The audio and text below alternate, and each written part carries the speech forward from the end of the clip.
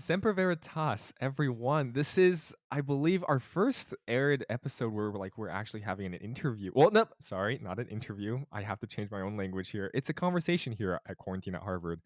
I really like the style in which we've kind of settled in because some of the most meaningful conversations I've had up into my life has already been with Harvard students. Everyone here is just so fascinating. Just amazing life stories and just fun, quirky facts about everyone that just it's just fun to dig out and explore. So that's exactly what we have here today with two guests. But before I get ahead of myself, of course, I'm your host, David Chen. And my name is Fez Zuffer, and you will find me in Stoughton Hall. We are joined by two fantastic, amazing, extremely impressive guests, Anya and Janet. Please feel free to introduce yourselves. Why don't you share your names, where you're from, concentration, and which house you're in? Sure. Hi, my name's Anya.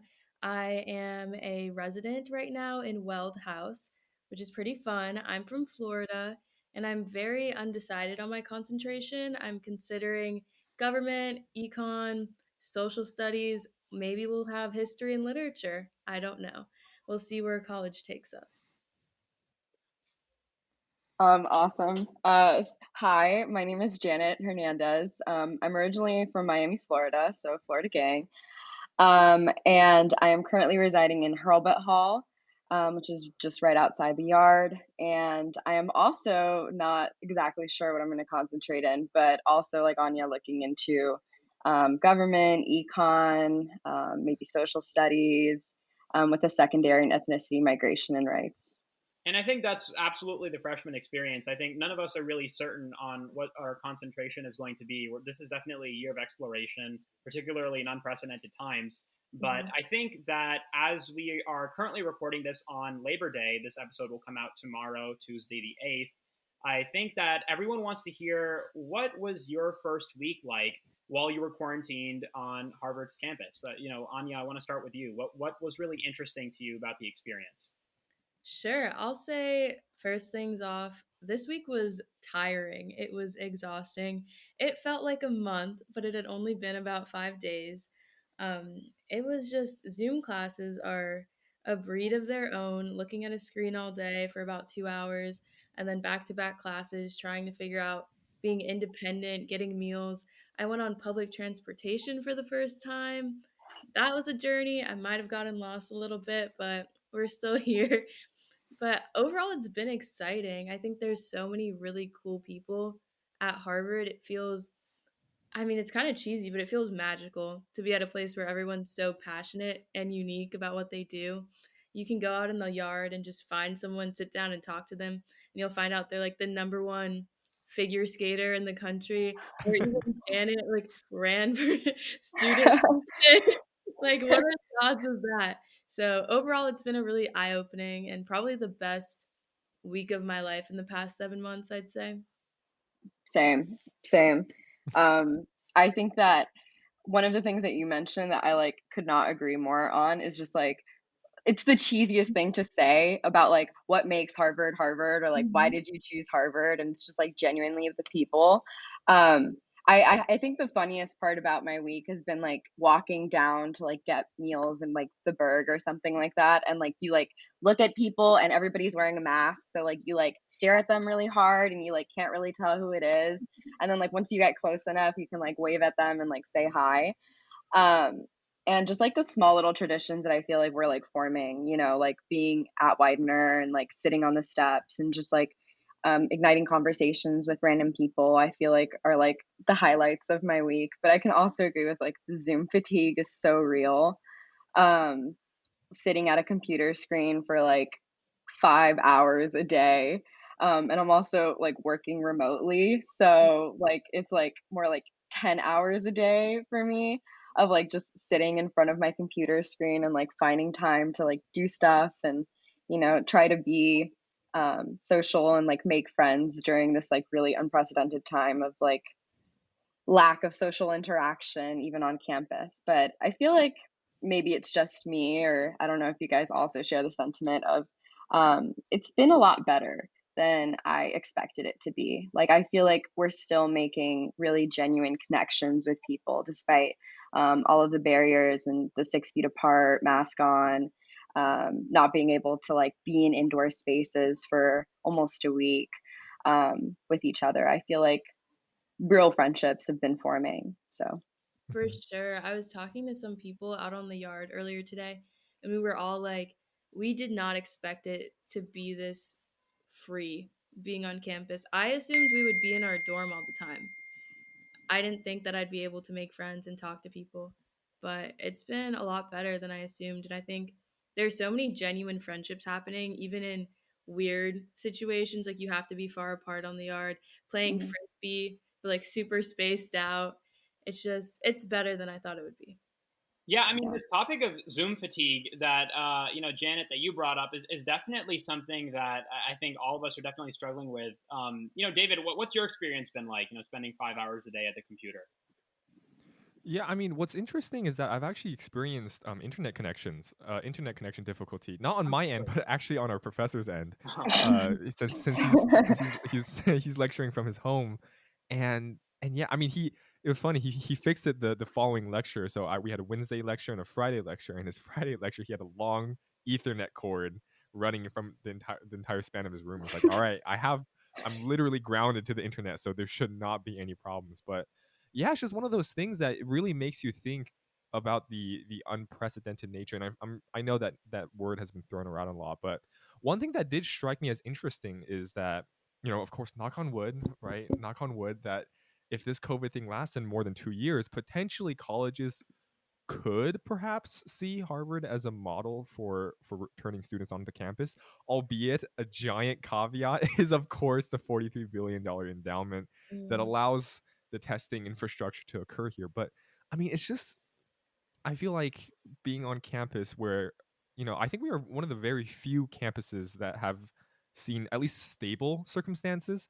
right? Mhm, There have been colleges that have seen absolutely horrible yeah. outcomes of returning students, and others just simply have not returned students. Mhm, Of course, there's our other hybrid decisions, but yeah, I mean, I'm really impressed with the amount of restrictions, despite some of them being more or less disregarded occasionally from what I've mhm, seen. But yeah, like weird things. Like I don't know about you guys, but are your guys' halls like organized so that you can only go one direction, right? Because for us, we only have one entrance, so you have to enter the building from the backside street, and then mm. there's like arrows that have say like one direction. You have to follow those. So like you don't. Yeah, mine I guess. mine Yeah. isn't like that because Not in my house is in the yard. I think alongside all the other freshman houses, and so with us we only have one entrance and one exit. It's all the same door. Oh. So essentially, I guess Oh, mine, okay. Mm, mine probably differs. Maybe that's an upperclassman housing thing. I'm not too sure. Yeah. Yeah. No, because Yeah. I'm in the yard and we have multiple entrances and exits. Really? Okay. Yeah. That's interesting. Mhm. I mean, but to David's point, I think it's very interesting to see the extent at which Harvard's guidelines have been working. I've pulled up in front of me a Mhm. dashboard that looks at testing results, and I shared this last time. It was originally shared to our group by David, who found this online. But essentially, this data metric shares the number of positive tests that have been seen in the last week or so, in Mhm. addition to the number of tests that have been conducted. Period. So as I'm looking at this now, as of the 7th of September. It is 5:18 p.m. So hopefully these great results don't really change by the time you post mhm, this tomorrow. But in the last 7 days, not a single undergraduate student has tested positive. We have seen some positive tests among graduate students and faculty members, but undergraduates seem to be doing pretty well. So that's definitely something to be very proud of, especially as David said, we've had some issues at other campuses around the country. Mhm. I just want to clarify. So Fez, you're also interested in government, right? As a potential concentration. Yeah, I mean, somewhat. I think, like Janet and Anya, I've always been really interested in the social sciences and particularly, public policy, government. But, like all of us, I think I'm definitely exploring whether or not that's a realm I want to continue pursuing. Mhm. Yeah, and I only asked this, and I'm going to ask this to everyone here, is that you know the, all of us are unique in for a reason, right? And there's always some sort of like catalyst for why you decide to pursue what you do pursue, right? Because as hopefully we'll continue to elaborate, Janet, you've worked on your state political spectrum and your political theater. Same thing with so Janet and Anya have both worked on that front with voter activism or just activism in general, right? Mhm. And then like you obviously it's a question that where did this all come from? What's the genesis, right? What Mm. you know, where's the page one of your guys' chapter in advocacy? So I want to focus on that. I want to focus on your tenure with political advocacy, and specifically where did that page one flip to page two? Awesome. I think my page one dates back to my father. Ooh. So my dad was a political prisoner in Cuba. So he escaped the Castro regime. Wow. And so my name actually comes from Janet Reno. You guys know who she is, who was the attorney general under the Clinton administration, because she was the one that signed the papers that let my dad come over to the United States when he was imprisoned in Gitmo. So, Okay. um, like, just my dad just growing up around a very politically active household, I think really pushed me to fight when I had seen injustice and stuff like that. And also living in Florida, when Parkland happened, I had a friend who was attending the school. And so that really, was kind of like the setting off. Like I had the background of just like knowing that, you know, I was passionate about human rights, and my father obviously came to the United States because of the freedom of expression and like being able to be in a country where um, his ideas were appreciated just as equally, the whole American dream type of thing. So I just knew I like had to do something, and my parents were super supportive of when I first started my activism, which was Parkland, getting involved with March for Our Lives. And then everything kind of spiraled off of there. I got involved with like immigration stuff because that was passionate to me. I come from a family of immigrants. Voting rights stuff, which I'm still very passionate about and like working with right now with Harvard Votes and Progressive Turnout Project. And so, yeah, I think it really came down to everything about my identity is political. I'm a woman, I'm an immigrant, I'm daughter of a prisoner of war. So, like, everything about my identity is political, and I really saw the chance to make a difference in my community, and I just kind of took it by chance. So, And yeah. to our audience who's listening, not only is Janet unique through all these different lenses, but some of you may not know that she is the youngest person to have run a successful state senate campaign in the state of Florida. So Janet, would you mind explaining what that process was like and how you got involved with it? Awesome. Yeah. So that whole thing was I was the field director and organizer for a woman named Annette Tadeo, who was my state senator at the time. I had done an internship at her office when I was in my sophomore year of high school. And I became very close to a lot of the constituents that were coming in. And when her time for reelection came around, they were looking for people to hire to basically run all of the field work of the campaign, which means all the voter outreach, on the ground stuff like canvassing, setting up turfs, kind of like all of the dirty work of a campaign, like the like sweat, walking, all of that stuff, organizing. Um, and I wasn't originally being considered until the chief of staff of Annette kind of like looked over at me and was like, "You'd be really good." And I was like, "I am 16, ma'am. Mhm. Like I don't think I can like really do this." And I think I just got really, really lucky to have mentors that really believed in me. And it was a fight to get me hired by the Florida Democratic Party, because it was like I was still 16 at the time, turning 17, and it was sort of a risk to hire somebody to work full-time hours when they were, because of, all of the regulations that there are behind, child Right. labor laws. Um, so it was definitely a fight, and it was a really interesting experience, I think. Not only being a young person in a space where it's predominantly obviously older, more experienced people, it really taught me how to present myself and market myself in a way that was useful to me when I didn't have the experience. So, how to make people want to believe in me. Um, and also being in a space where people are predominantly white. um, Florida politics is very predominantly white, predominantly Republican. Not a lot of young people were really involved in politics before 2018. So it was definitely a really interesting experience, and I'm very grateful for it. Mhm. Anya, would you concur with Janet's assessment of Florida's politics there? I would so strongly concur that Florida politics, it's such a unique environment in some senses because I think there's a view of Florida as a swing state, but when you Right. get into Florida politics and you look at the legislatures, it's so heavily conservative leaning. And even, Yeah. yeah, like that state will go red, I promise you. And even when there are Democratic representatives, it's still a fight to get them to listen to youth voices, especially people of color, especially LGBTQ voices.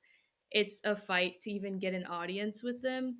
Like I worked with this program called Anytown. I don't know if Janet, have you heard of that? It's Community Tampa Bay. Yes. Okay, Yeah. I did some stuff with that organization, and they have this little subgroup called, I think it's Advocacy Academy. And so I did some work on like lobbying for tighter gun restrictions because, like Janet, I'm from Florida, so the Parkland shooting was really close to home. I who knew people who went to that school. Like it was just a really hard time to be a high school student in Florida. Um, yeah, so that was, I guess you could say that was one of my, did you call it a first page? First Right. page? That was just a metaphor I just threw out. You don't have to follow It that really drew language. you into this realm of creating change. Yeah, that was a very nice way. The first page, I like that. Mhm. Yeah, Community Tampa Bay does a lot of youth activism and trying to empower youth voices, but you could tell even when you get in the room, there's still, I'd say, a barrier between Hmm. adults and children when it comes to them listening and valuing your voices. Mhm. Yeah. Right, right. And so both of you guys have at least when we talk about parallel spheres of influence, you've both been involved with voter turnout. And one thing, so I'm obviously not as experienced as you guys with this sort of advocacy, but I have done just over the summer did a quick little spiel, a little stint, so to speak, of phone banking where it was for a pre-orientation program for Harvard, but essentially what we did was call not random people, but I'm sure on a registry list, Hmm. and instruct them on Boston's and Massachusetts in general, Massachusetts rules in place for absentee ballots and mail-in ballots, etc. And one thing that struck me interesting, and something I want to address here, potentially, pick your guys' brains, is that, well, first of all, a large majority of people that I was able to actually like pick up and have a chat Hmm. with, because half the time they just hung up. Yeah. The people who did pick up, a lot of them were either busy at work, or they were like, one person in particular, I remember they were like, sorry, I'm actually taking your order right now, please, sorry, but it's just just think. And so that's the one thing you hear people always advocate for voter registration, for voter turnout, for people to go to the ballots, go to the polls, express Mhm. your political beliefs. And one thing I think we've underestimated throughout the past forever how long, is that it's hard for people to, at least the common person in America, it's hard for them, or it's hard for you per se, to ask them to think about an election that has implications 4 years down the line versus what they need to do tomorrow. And I think that's the biggest difference here, right? Where they have bills for tomorrow, they have childcare, they have all these things that take up their mental bandwidth, uh and we're here, I suppose, and when I say we, I guess in general, not you guys specifically, Hmm. but the people who advocate for voter turnout, I think that's probably one of the biggest issues. But for you guys, in your theory for voter turnout, why is it so low, and how do we implement it? Is this factor of down the line thinking versus immediate thinking, is that part of it? What's your guys' thoughts? And particularly with students as well. That I'd like to hear your perspective on that. Awesome. So, I think that you definitely put it into words. A lot of the frustrations that, we have experienced, also phone banking, not only for voter turnout, but just like campaigns in general, is Right. that yes, people are extremely concerned about, the immediate, about tomorrow. And you talk to people and you're like, hey, I want to talk to you about, your local commissioner and stuff like that. And um, people are like, no, I don't want to talk about my local commissioner. I'm working. I have kids to pick up, Right. bills to pay, hang up. Um, it's very difficult to communicate um, the very strong implications about how local politics, especially local politics, people always talk about the presidential election and congressional Mm, election, but especially local politics, how the policies that are being passed in the area that you live in directly affect your life every single day. So that annoying pothole that you pass every time that you get to work that makes you late, like that is something that is an issue with local politics. Everything in our life is very political. And some of the conversations, the most productive conversations that I've had with people have been those people that are very busy, and trying to convince them about how local politics, politics in general, and who we choose to be in office is of the utmost importance. Um, and there have been a lot of difficult conversations. Like the other day, I remember I got a voter who was like, I was like, hey, sir, we're doing a quick survey on voter turnout in Florida. Do you have a couple minutes? And he was like, I don't trust any politicians. I don't even trust you. And like just hung up the phone. Um, and that's like a very like abrupt and like kind of like extreme conversation, but it is a lot of the mentality that a lot of Americans have right now. I So mean, essentially, like you would say that there's a real strong culture of cynicism among the American people. yes, yes, there's a really, really strong culture of cynicism, despite the fact that we have seen, organizations really, really like push for extreme voter turnout this election, and there's been probably more voter participation in young generations in these past two elections than have been in probably the last few decades. There's still so much that we have to work on, and um, like you were saying with college students, I feel like Harvard's kind of a bubble.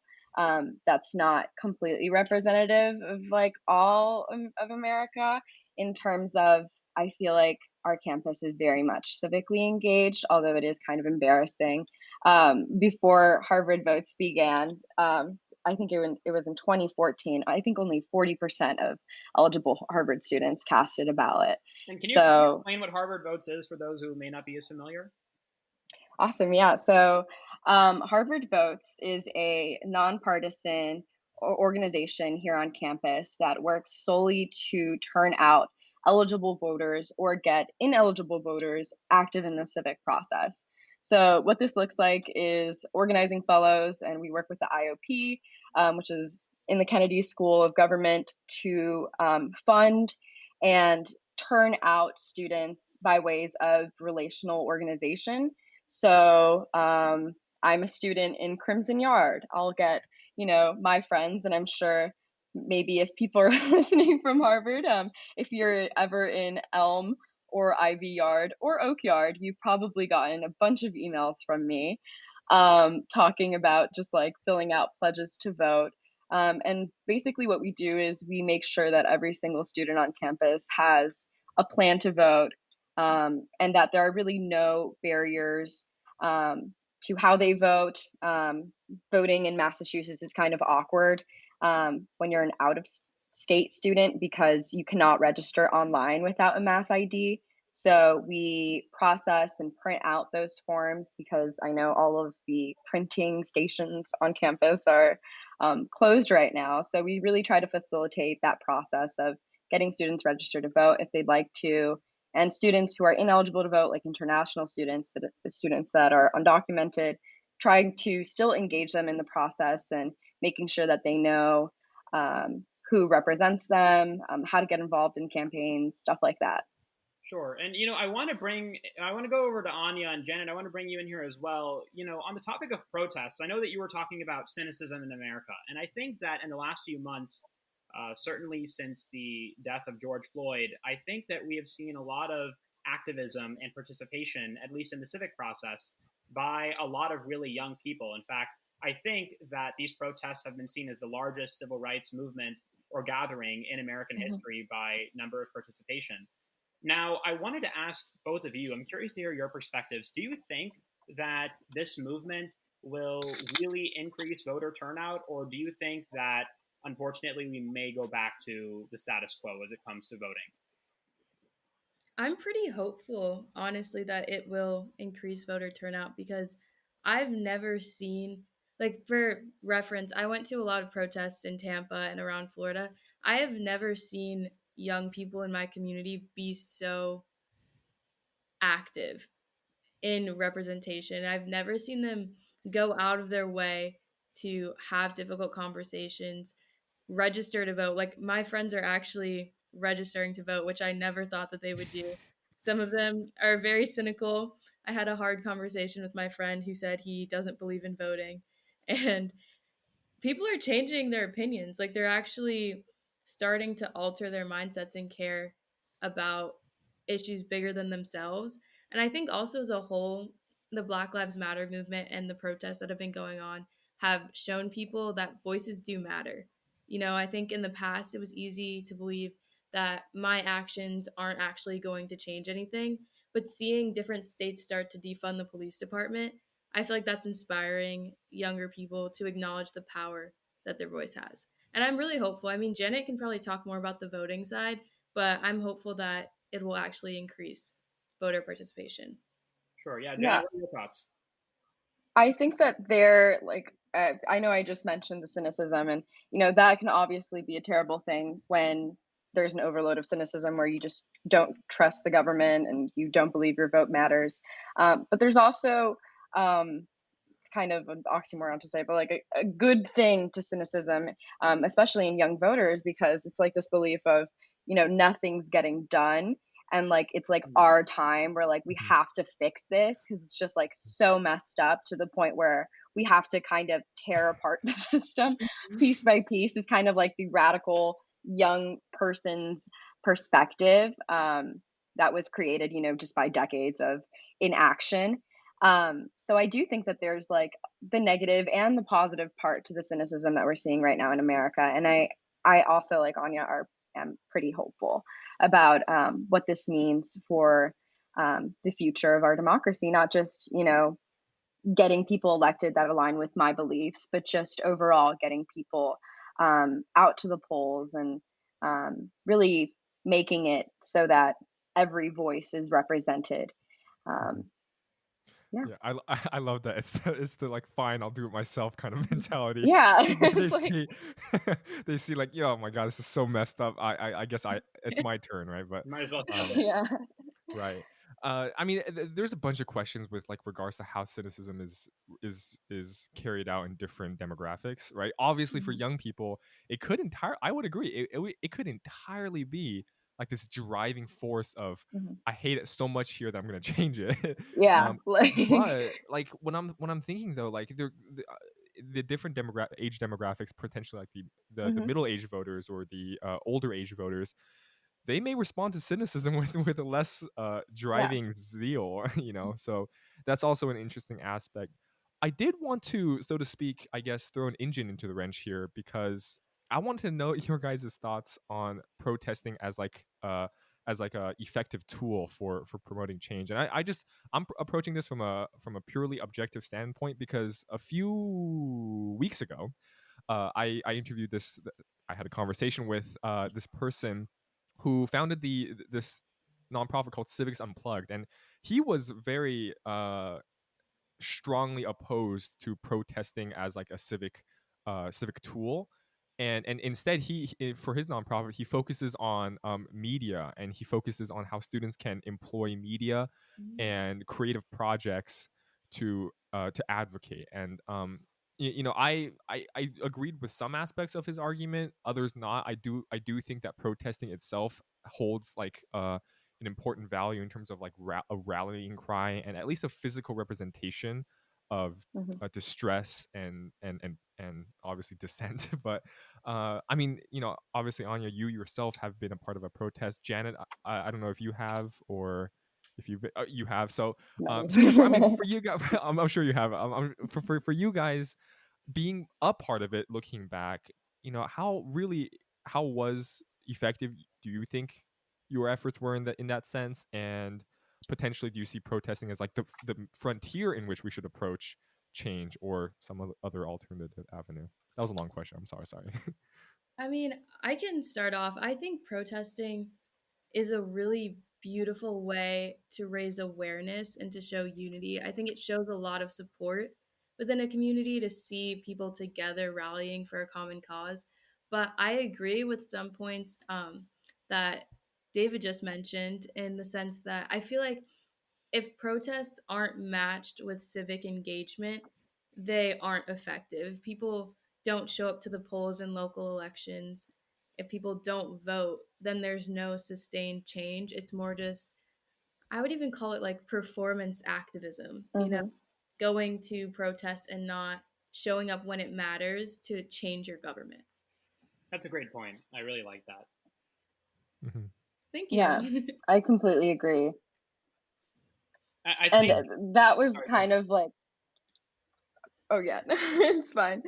I think that what you said about performance activism, sadly, a lot of performance activism was kind of um, at the forefront of the Black Lives Matter kind of like movement. Although there was actual change, happening with the defunding of the police, moving those resources and allocations, and minority neighborhoods being a little bit less over policed. Obviously, it was varying degrees across the country, um, but I do want to say that no, protesting should not be the frontier of how we approach civic activism. I think that, like Anya said, it's a display, a physical display of dissent, and it's a way to send a message. It's a way to gain attention. Whether it's not a quote I love, but it very applies here. No press is bad press, where um, I really believe that even the coverage by people who were against the protesting and stuff like that still drew attention to and made people pay attention to the issues that Black and Brown communities were facing with over policing. Mm. So yeah, that's interesting as well. Like I would say, yeah, I agree. It's perhaps not the best frontier to operate on, Hmm. and I see it almost like a primordial soup, right? Where the energy is first displayed and grown, homegrown, organic. And the Hmm. problem though is, and I think that's the reason why we've seen iterations of the Black Lives Matter movement, right? 2014, 2016, like literally 2 year cycles Yeah. almost, without ever like truly bringing like important substance to the political theater, which is I think the reason why is because that energy always dissipates, which is really unfortunate to see. It never gets channeled, it never gets focused. I did see, I don't know about you guys, but I did see at the very beginning of the whole movement over the summer, there was like this document circulating that had like seven major reform or demands, so to speak, of police Hmm. departments, and I saw that, and like a few weeks later it disappeared, right? So it's like one of those things where protesting is such a formidable like energy source, Hmm. but that's just that, right? It's just an energy Yeah. source, and Yeah, I mean, you something that's interesting is a few weeks ago, I found a Wikipedia page that literally had a complete list of all the changes we have seen as a result of George Floyd protests. And what was so interesting was that these weren't just changes within a certain realm or institution, but you saw it across a variety and a diverse array, I should say, of different programs, organizations, companies, educational institutions, and more. And I think that's what's really interesting is that I think that this Black Lives Matter iteration, a continuation of the movement at large, I think really galvanized such a large population that I think we really saw it reach every corner of our society. And the hope, definitely, as you're saying, David, is that we need to be able to sustain this kind of energy.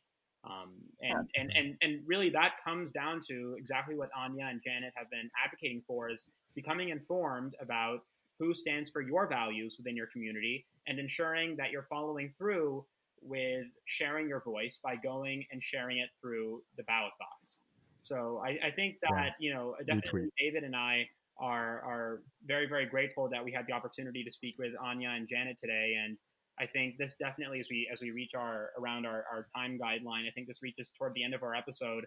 And we will make sure that on screen you should be seeing Anya and Janet's social media. So please be sure to follow them, support them in their future endeavors. You may just see them on the presidential candidate debate stage in 30 years. So everyone stay tuned. But, so thank you so much, Anya and Janet. We're immensely grateful for your time today. Thank you for having us. Thank you. All right. And that caps it up. See you guys later.